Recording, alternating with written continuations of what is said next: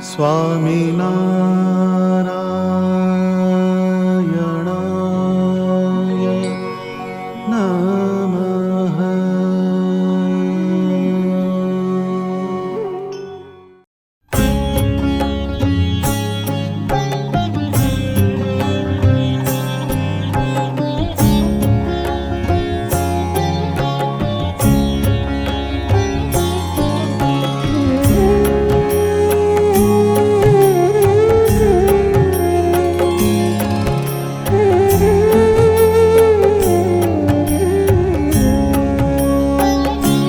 ભજ સ્વામિનારાયણ નામ મનવા, સ્વામિનારાયણ નામ. ભજ સ્વામિનારાયણ નામ મનવા, સ્વામિનારાયણ નામ.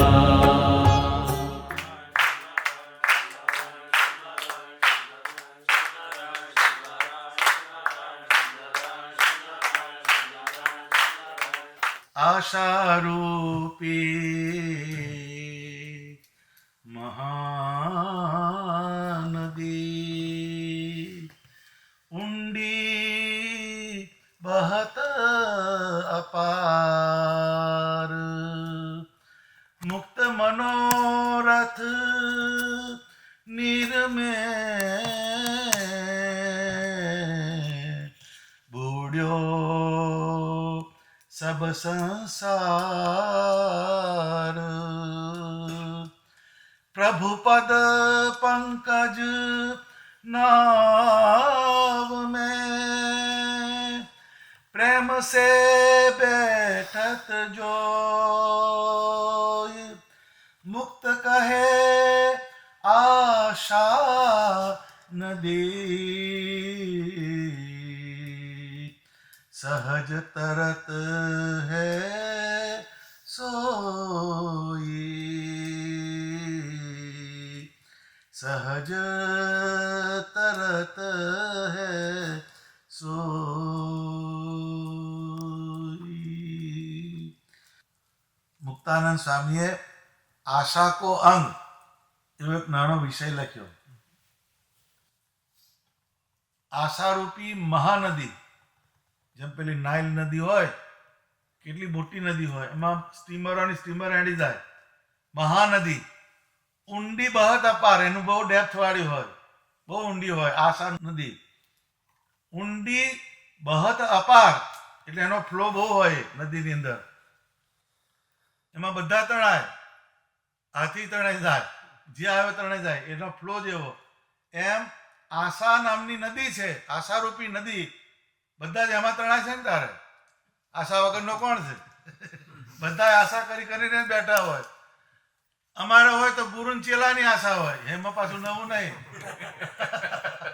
ગ્રહસ્થ હોય, બાપને છોકરાની આશા હોય. આશા કરી એ આશા. હવે એ આશારૂપી મહાનદી ઊંડી બહત અપાર, મુક્ત મનોરથ નીરમે બુડ્યો સબ સંસાર. આખા સંસારને લઈ લીધો એને. મુક્ત મનોરથ, મનોરથ એટલે મનનો રથ. ચાલુ જ રહે, ઊભો ના રહે, એનું સ્ટોપેજ જ નહીં. આ પેલી ગાડીનો તો સ્ટોપેજ આવે, એનો સ્ટોપેજ નહીં. મનોરથ, મનની અંદર જે સંકલ્પ વિકલ્પ ચાલે એ મનનો રથ ચાલુ ચાલુ ને ચાલુ. મુક્ત મનોરથ નીર. નીર એટલે શું? જગતની જે આશા તૃષ્ણા એ રૂપી નીર, એમાં મન ચોટ્યું ને ચોટ્યું રહે. એમાં બુડ્યો સબ સંસાર, આખો સંસાર એમાં ડૂબેલો છે, એમ કે છે. પણ મુક્તાનંદ સ્વામી કહે છે એક શિયાળ હતી. શિયાળ એટલે એણે ઊંટને જોયો. ઊંટિયો જતો હશે, ઊંટને જોયો. તે ઊંટનો પેલો હોઠ હોય ને, નીચલો ખાસો જાડો હોય. એટલે શિયાળને એમ કે આ ઊંટનો હોઠ પડે ને હું ખાઉં તો મારે બધું જાય, આટલા બધે રખડવાનું મટે. એ પેલી શિયાળ જે છે, ઊંટ જ્યાં જાય ત્યાં જાય, ઊંટ જ્યાં જાય ત્યાં જાય. પછી થોડોક ટાઈમ થયો એટલે ભૂખીને તરસી પાછળ ને પાછળ દોડે શિયાળ. તો કોકે પૂછ્યું આટલી બધી હુકાઈ કેમ ગઈ?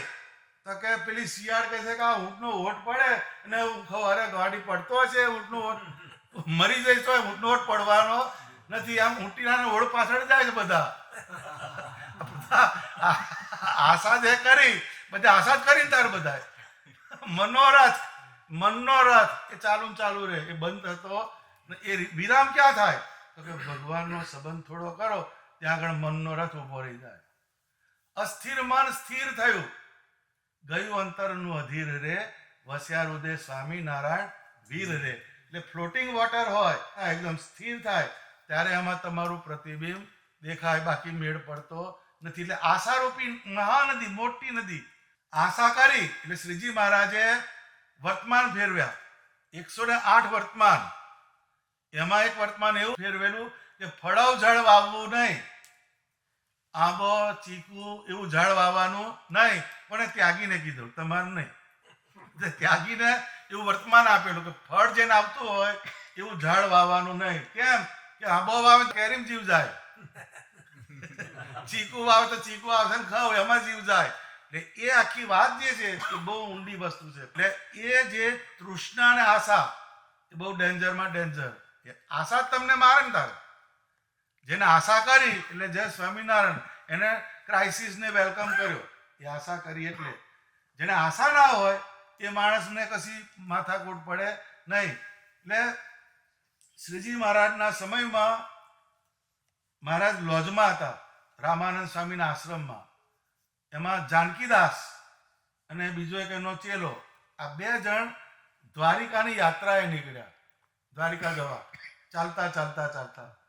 પછી એની પાસે ભાગવત હતું, ભાગવત હસ્તલિખિત ભાગવત જે હોય ને એ વખતના 200 રૂપિયા થાય. હસમુખભાઈ 200 વર્ષ પહેલાના 200 રૂપિયા એટલે કેટલા થાય? એટલે એની બહુ કોસ્ટલી હોય. એટલે એ ભાગવત જે હતું એ લોજ આશ્રમની અંદર એમ કે આપણે મૂકતા જઈએ, વળતા આવતા લેતા જઈશું. એટલે એ દ્વારિકા જતા હતા બંને, જાનકીદાસ ને એનો ચેલો. પછી એ ત્યાં આગળ આપ્યું પેલું ભાગવત અને એ ગયા દ્વારિકા. દ્વારિકાના રસ્તામાં એના ગુરુ જે હતા, જાનકીદાસના ગુરુ, એ એક્સપાયર થઈ ગયા. એના મંદવાર થયો એટલે એક્સપાયર થયા. ચેલો જે હતો એની જાત્રા કરવા ગયો કે જાત્રા તમારે પૂરી કરવી પડે. જાત્રા કરીને પાછા આવ્યા. વળતા પેલું ભાગવત જે હતું એ ભાગવત એમ કે મારું ભાગવત તમે આપો. એટલે શ્રીજી મહારાજ તે ઘડે વર્ણી વેશે ત્યાં હતા લોજ આશ્રમમાં. તો એ પેલો ચેલો જે હતો જાનકીદાસનો, એને પેલું ભાગવત એને આપ્યું. એ ભાગવત એને ખોલ્યું. ભાગવત ખોલ્યું, એમાંથી એક ચાંદીની ડબ્બી નીકળી, ચાંદીની ડબ્બી. ચાંદીની ડબ્બી એને જોઈ એટલે એને ખોલી, મેં કણો, સાપનો કણો ને અંદર રૂપિયો હતો, અડધો રૂપિયો ચાંદીનો. એ સાપનો કણો એ રૂપિયાને વીંટળાઈને બેઠેલો.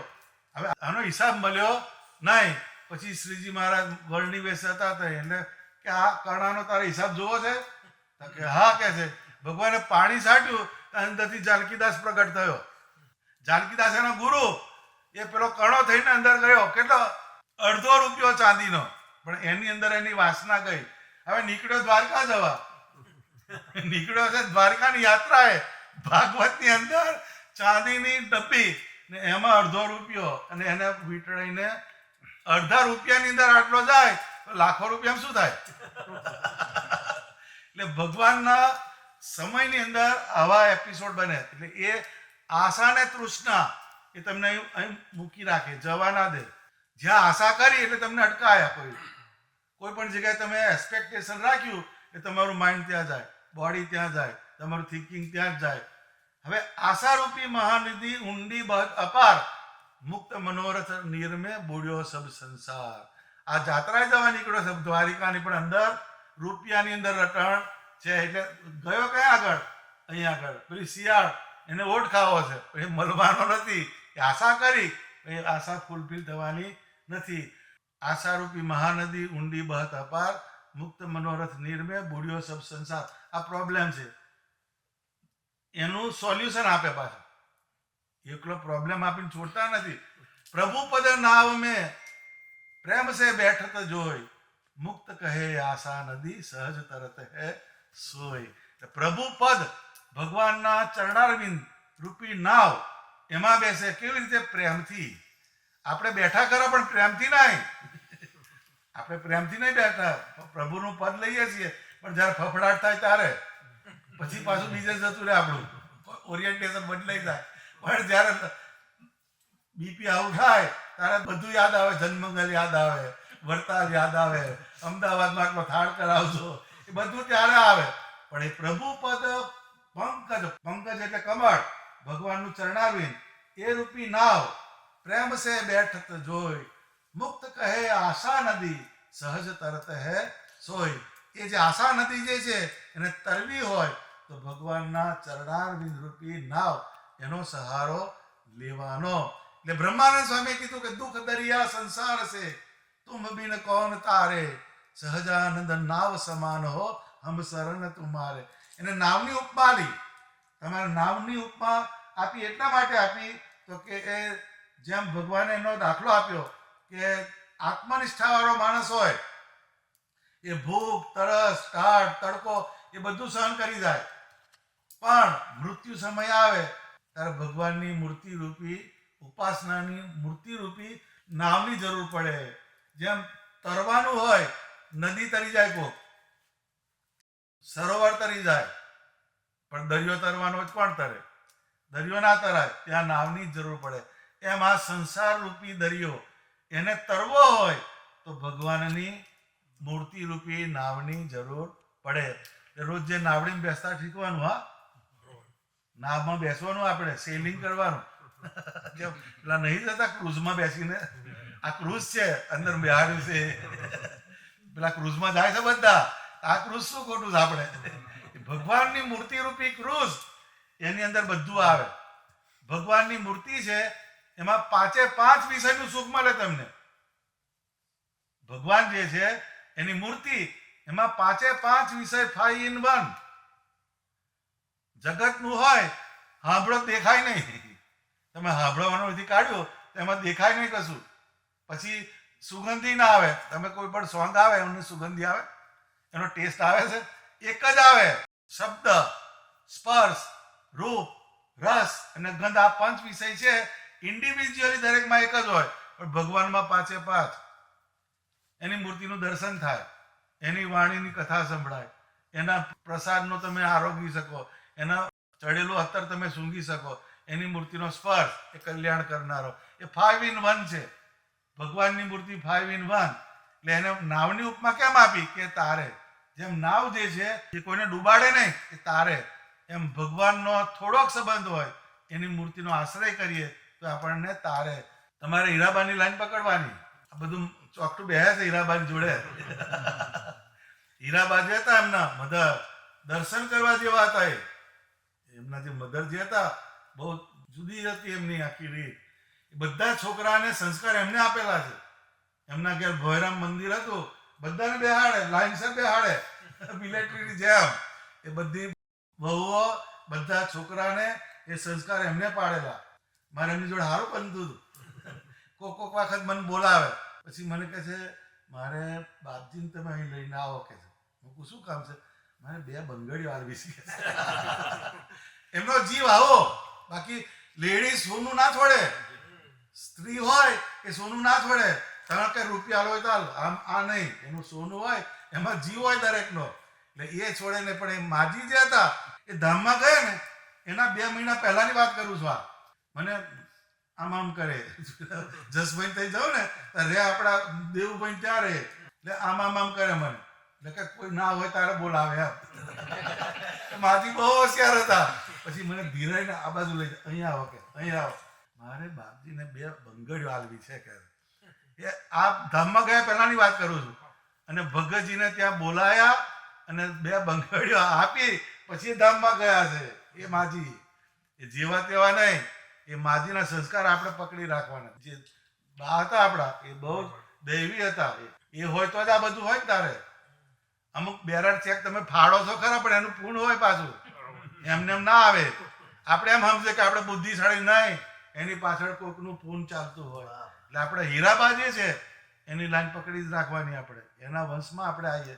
એ માજીએ જ બધાના સંસ્કાર બધાને એને આપેલા. એ બિલકુલ આસક્તિ જ નહીં એમને. એ બધું ખરું, પણ બધા છોકરાને ભગવાનનો યોગ કરાવે. એ નિરાશી હતા અંદરથી. એટલે આશાની વાત એટલે નીકળી તમારી ઘર. જુઓ, એને આશા નદીમાં એ તરી ગયેલા હતા. એ ધામમાં જતા પહેલા એને કીધું મને, હું એનો વિટનેસ છું, બોલાવીને મને કીધું કે બાપજીને લઈને આવો કે તમે, મારે એક કામ છે કે છે. હું કીધું, શું કામ છે? 2 બંગડીઓ હાલ. 2 5 ધીરે બોલે, બંગડીઓ બોલે. બહુ હોશિયાર હે, ડિપ્લોમેટિક. તો એ આખી વાત જે છે એ સમજવાની. આપણે આમાંથી પકડવાનું કયું છે કે કોઈનું પૂરું થયું ને આપણું થવાનું નથી. ખ્યાલ હોય? આપણે 2 વસ્તુ છે લાઈફમાં, એક નીડ અને બીજી વોન્ટ. जरूरत फकीर की भी पूरी होती है, जरूरत फकीर की भी पूरी होती है और ख्वाहिश बादशाह की भी अधूरी रह जाती है. કેમ છે? ફકીર હોય, અમે ફકીર જ છીએ, અમારે શું ખૂટે છે? 10 જણ પૂછે તમારા માટે શું લાવું, તમારા માટે શું લાવું, બીજાને 12 અને 13 તૂટે. એ કેમ છે કે એને આશા કરી. એટલે એવો નિયમ છે, ત્યાગે એની આગે ને માગે એમથી ભાગે. ત્યાગો એટલે એની આગળ આવે, માગ્યું એટલે ભાગે. આ વસ્તુ પકડવાની. આશા, પ્રેમાનંદ સ્વામીએ કીધું, આશા દીન દયાલ કી ઓર સબ શાક બની. એ શાક બકાલું વેચનારા છે, એક સ્વામિનારાયણની આશા કરવાની, ત્યાંથી બધું તમારું ફોરફીટ થઈ જાય. એટલે 2 વસ્તુ, એક નીડ, જરૂરિયાત તમારો હક છે, પણ વોન્ટમાં ગયા એટલે ગયા તમે. વોન્ટ એટલે ખ્વાહિશ થઈ.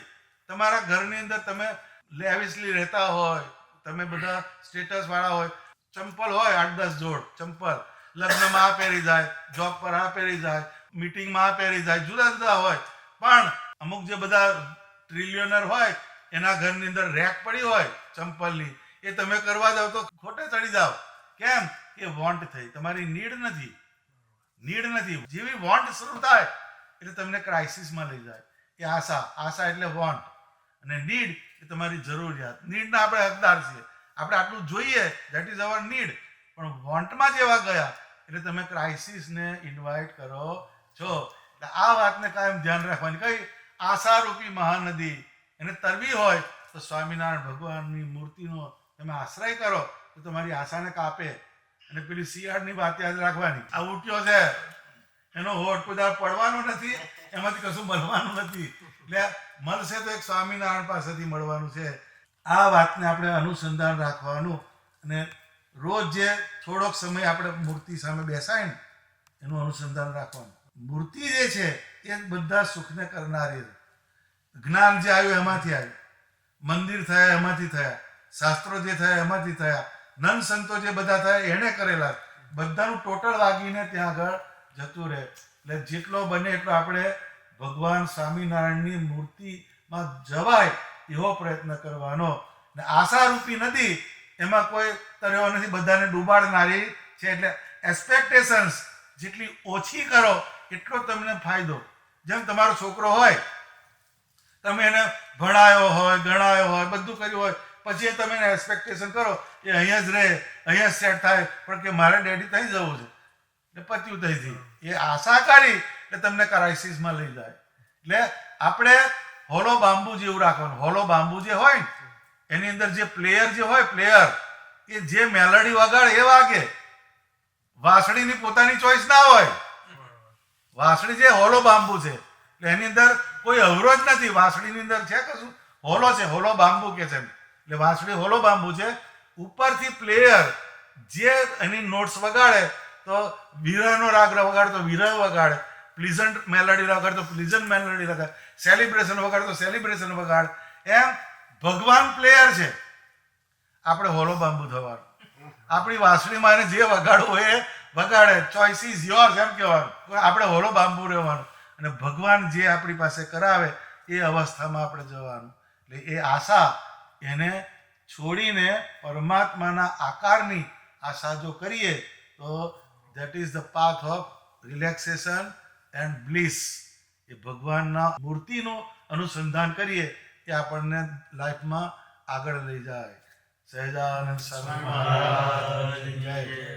હા, આ છે ને ભગવાન જેના પર ગાલ મસૂર્યું છે એટલે કંઈક સારી જગ્યા લાગે ત્યાં આગળ પધરાવજો. અને આમ આપણે સ્પર્શ કરવાનું. આ ભગવાન આના પર આમ માથું રોકીને મૂકીને સૂઈ જતા. એમ આ તમને એવી પેલી અવસ્થામાં લઈ જાય કે ભગવાન પોઢેલા હોય, એના પર માથું મૂકીને સૂતા હોય, એનો આ સ્પર્શ કરવાનો. સરસ વસ્તુ છે. અને તમે પધરાવજો સારી જગ્યાએ.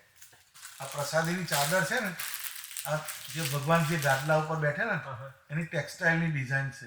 સમીર સિન્થેટિક્સમાં થઈ રહી છે. આપણે ત્યાં જ છપાયેલી છે. આ બધું જગ્યા રોકે એવું નથી આપણું. હા, અમે કારણ કે હમણાં હું બોલીને આવ્યો એટલે મારાથી અપાય નહીં.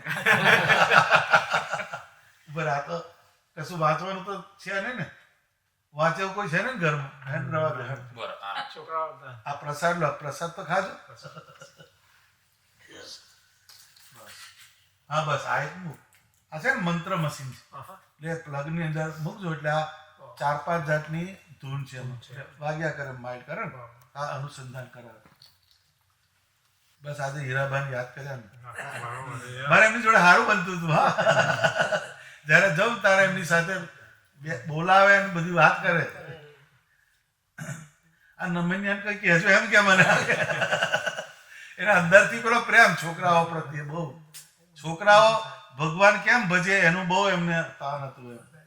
એટલે મા બાપ કોક જ એવા હોય કે જે પોતાના છોકરાઓને નર્ચર કરે અને બેસાડે, બાય ફોર્સ બેસાડે. ભોયરાની અંદર જવાનું બધાને. કેમ? ત્યાર પછી હા પ્રૂફ છે ને આપેલી. એ બધા છોકરા હમણાં લીધેલા પેલા નાના હતા. પણ એ આપણો ફેમિલી ટાઈપ, આ બધા ઘરની સાથે પેલો સંબંધ એમ.